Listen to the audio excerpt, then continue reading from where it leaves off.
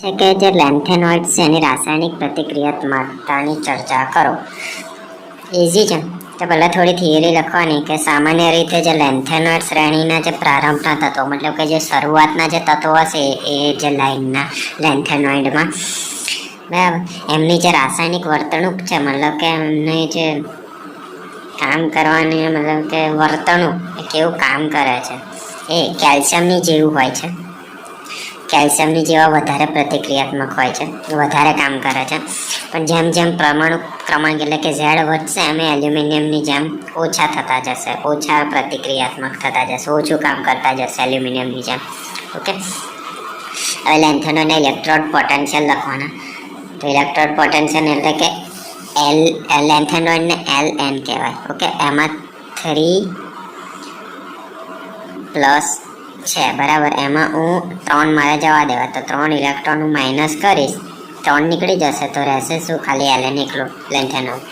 Okay, અને એનો જે પોટેન્શિયલ છે, ઇલેક્ટ્રિકલ પોટેન્શિયલ, એને E θ કહેવાય. કોની માટે? Ln3+, અને Ln માટે સેમ રહેશે. કેટલો હોય? -2.2 થી -2.4 વોલ્ટ હોય છે. MCQમાં પણ પૂછી શકે છે. ઓકે, એની રાસાયણિક પ્રક્રિયા પહેલી તો એ કે લેન્થેનોઇડને હાઇડ્રોજન વાયુ સાથે જો આપણે ગરમ કરીશું તો જે ધાતુઓ છે, લેન્થેનોઇડ ધાતુ એ હાઇડ્રોજનની સાથે ભેગી થઈ જશે, સંયોજાઈ જશે. એનું કોઈ સૂત્ર નહીં, બરાબર.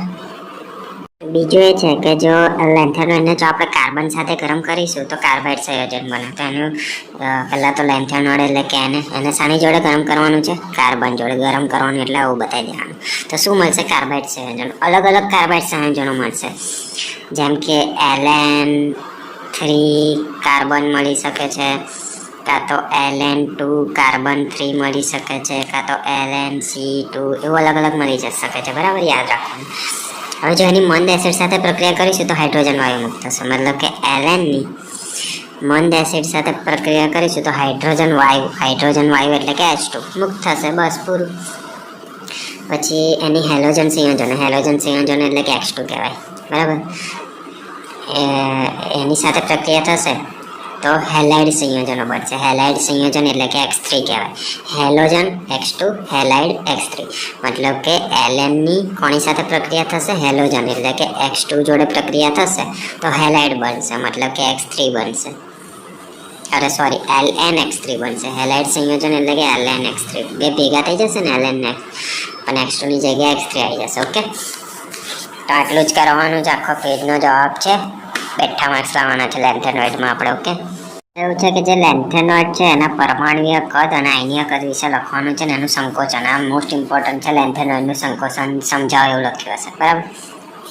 તો લેન્થેનોઇડના જે અલગ અલગ તત્વો છે એમાં સ્ટાર્ટિંગ તે લેન્થેનમથી થાય છે અને પતે લ્યુટેશિયમ. નામ યાદ રાખવાનું, લેન્થેનમથી લ્યુટેશિયમ સુધી જે પરમાણુય અને જે આયનીય ત્રિજ્યા છે ને એમાં ઘટાડો થાય, ઓછું થતું જાય. ઉપરથી નીચે આવતા અહીંથી અહીં સુધી જતા ઓછું થતું જાય છે. આ શું છે? કાળમીય લક્ષણ છે. ઓકે, અને આ ઘટાડો છે એ અપવાદ છે. શું છે? અપવાદ છે, અફવા છે, બરાબર. આ ઘટાડો વધુ નિયમિત હોતો નથી, મતલબ કે એવું નહીં કે ઘટાડો થતા જ કરે, અમુક વાર ઘટાડો ના પણ થાય, મતલબ કે નિયમિત નથી હોતો, બરાબર.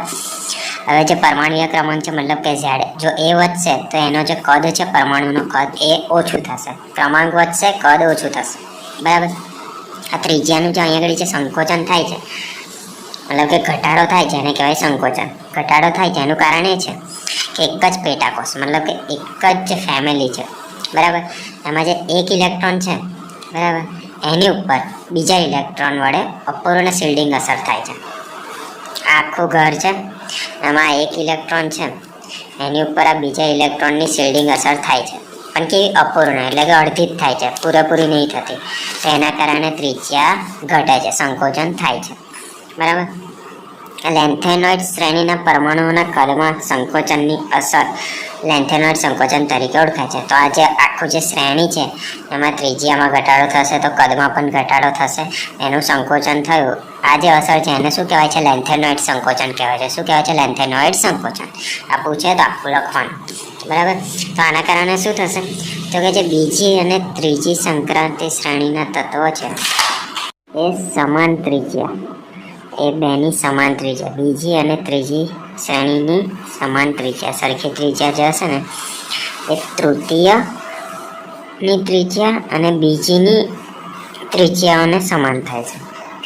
બીજી અને ત્રીજીને ભેગી કરીને જેટલી પણ ત્રિજ્યા થાય ને એ તૃતીય સંક્રાંતિની ત્રિજ્યા અને બીજીની અનુવર્તી તત્વોની ત્રિજ્યા એને સમાન થાય છે. યાદ રહે તો લખવાનું, આ બાકી અહીં સુધી પતાવી દેવાનું. બસ આટલો જ જવાબ. લેન્થેનર વાળું યાદ રાખવાનું. 2 ક્વેશ્ચન છે, કોઈ પણ પૂછી શકે છે.